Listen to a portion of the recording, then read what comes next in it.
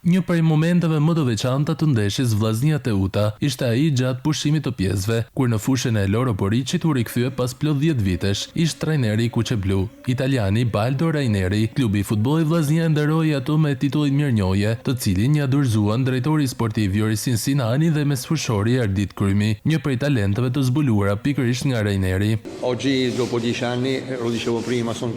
Pas 10 viteve ndjeja të domosdoshme të rikthehesha këtu.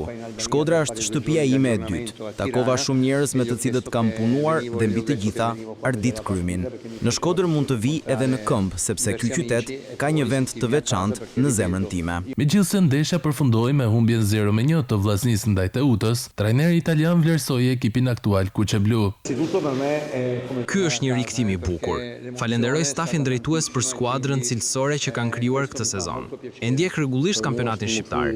Kam pasur oferta nga ekipet të tjera, por Vllaznia është një klub që ka hyrë përgjithmonë në zemrën time. Baldo Raineri erdhi në verën e 2014 në krye të pankinës Kuqe Blu, i emëruar nga kompania zviceriane Gea Sport, që në atë kohë kishte marrë në administrim klubin shkodran. Ai u shkarkua nga detyrat e tij në mars të vitit pasardhës, ku në vend të tij u emërua Luan Smiani.